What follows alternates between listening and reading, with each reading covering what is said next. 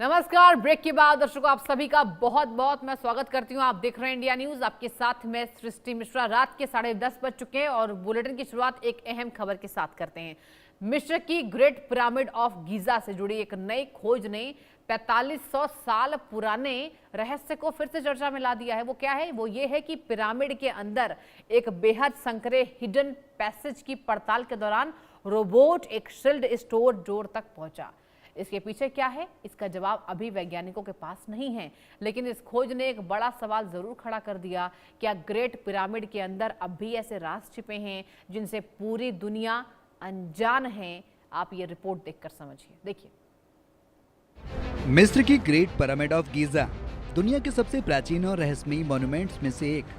करीब 450 साल से खड़ी इस पिरामिड को इंसान सदियों से समझने की कोशिश कर रहा है, लेकिन अब मॉडर्न टेक्नोलॉजी ने इसके अंदर मौजूद एक ऐसे हिडन पैसेज तक पहुंच बनाई है जहां इंसान का पहुंचना लगभग नामुमकिन है।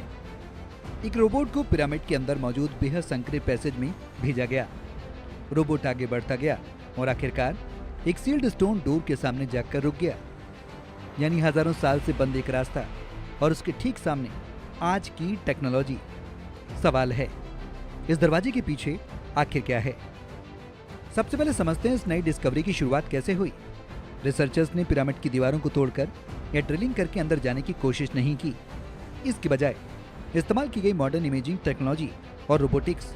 पिरामिड के अंदर कुछ ऐसे नैरो पैसेजेस मौजूद हैं जहां किसी इंसान का पहुंचना बेहद मुश्किल है। इसलिए इन जगहों की पड़ताल के लिए रोबोटिक सिस्टम का इस्तेमाल किया गया। रोबोटिक छिपे हुए कॉरिडोर के अंदर आगे बढ़ता गया और जैसे जैसे वो आगे गया वैसे वैसे एक सवाल और बड़ा होता गया। आखिर ये रास्ता जाता कहाँ है?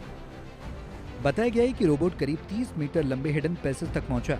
ये पैसेज पिरामिड की इंटरनल स्ट्रक्चर के उस हिस्से में मौजूद है जिसे सामान्य तरीके से देख पाना लगभग नामुमकिन था। रोबोट जैसे जैसे संकरी कॉरिडोर के अंदर आगे बढ़ा, आखिरकार उसके सामने आया एक पत्थर का बंद दरवाजा। यहीं जाकर उसकी एक्सप्लोरेशन रुक गई क्योंकि रोबोट उस दरवाजे को पार नहीं जा सका।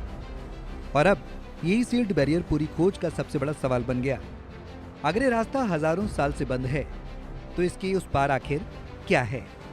क्योंकि ये सामान्य दरवाजा नहीं है, ये उस मॉन्यूमेंट के अंदर मौजूद है जिसे करीब 450 साल पहले बनाया गया था।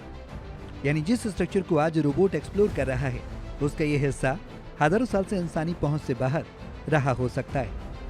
फिलहाल वैज्ञानिकों के सामने सबसे बड़ा सवाल यही है, इस सील डोर के उस पार आखिर क्या है? लेकिन सवाल उठता है, इतनी विशाल पिरामिड के अंदर छिपे रास्तों का पता आखिर चला कैसे? इसके पीछे है म्यून टेक्नोलॉजी। जब कॉस्मिक रेंज धरती के वायुमंडल से टकराती है तो म्यून नाम के हाई एनर्जी पार्टिकल्स बनते हैं। ये पार्टिकल्स पत्थरों जैसी घनी चीजों को भी भेदकर आगे बढ़ सकते हैं। वैज्ञानिक पिरामिड के अलग अलग हिस्सों से गुजरने वाले इन म्यून्स की संख्या को रिकॉर्ड करते हैं। जहां से ज्यादा म्यून्स गुजरकर डिटेक्टर तक पहुंचते हैं वहां अपेक्षाकृत कम घना हिस्सा या कोई वाइड यानी खाली जगह होने की संभावना होती है। इसी म्यूग्राफी तकनीक ने ग्रेट पिरामिड के अंदर मौजूद कई हिडन स्पेसेस का पता लगाने में वैज्ञानिकों की मदद की है। ग्रेट पिरामिड में हिडन पैसेज की खोज कोई नई बात नहीं है। 2016 में नॉर्थ फेस पर एक हिडन कैविटी मिली जिसके बाद में नॉर्थ फेस कॉरिडोर के तौर पर पहचाना गया। 2030 में एंडोस्कोपिक कैमरे से इसकी तस्वीरें भी ली गई। करीब 9 मीटर लंबे और 2 बाई 2 मीटर की इस कॉरिडोर ने साबित किया कि पिरामिड के अंदर अब भी अनदेखे रास्ते मौजूद हैं। इसके बाद 2017 में ग्रैंड गैलरी के ऊपर करीब 30 मीटर या उससे ज्यादा लंबे हिडन स्पेस यानी स्कैन पिरामिड्स बिग वाइड का पता चला। बाद के एनालिसिस में इसकी लंबाई 40 मीटर या उससे ज्यादा होने का अनुमान सामने आया। लेकिन इसका इस्तेमाल किस लिए हुआ था, इसका जवाब अब भी रहस्य है। अब सवाल सिर्फ ये नहीं है कि दरवाजे के पीछे क्या है, असल सवाल इससे भी बड़ा है। एंशिएंट इजिप्शियंस ने ग्रेट पिरामिड को इतना जटिल तरीके से डिजाइन कैसे किया था? क्या ये पैसेजेस पिरामिड के निर्माण के दौरान इस्तेमाल किए गए थे? क्या इनका कोई स्ट्रक्चरल पर्पस था? क्या इनका कोई धार्मिक या फ्यूनररी फंक्शन था? या फिर इनके पीछे कोई और चैम्बर मौजूद है?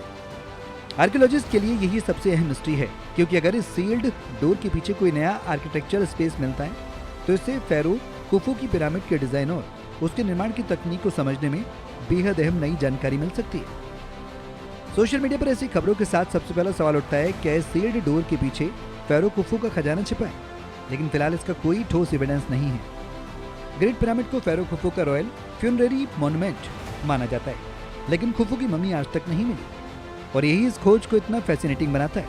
करीब 4500 साल पहले, जब मॉडर्न मशीन्स नहीं थी, जब कंप्यूटर्स नहीं थे, जब लेजर्स और रोबोट्स नहीं थे, तब इंसानों ने दुनिया की सबसे विशाल स्टोन स्ट्रक्चर्स में से एक तैयार कर दी।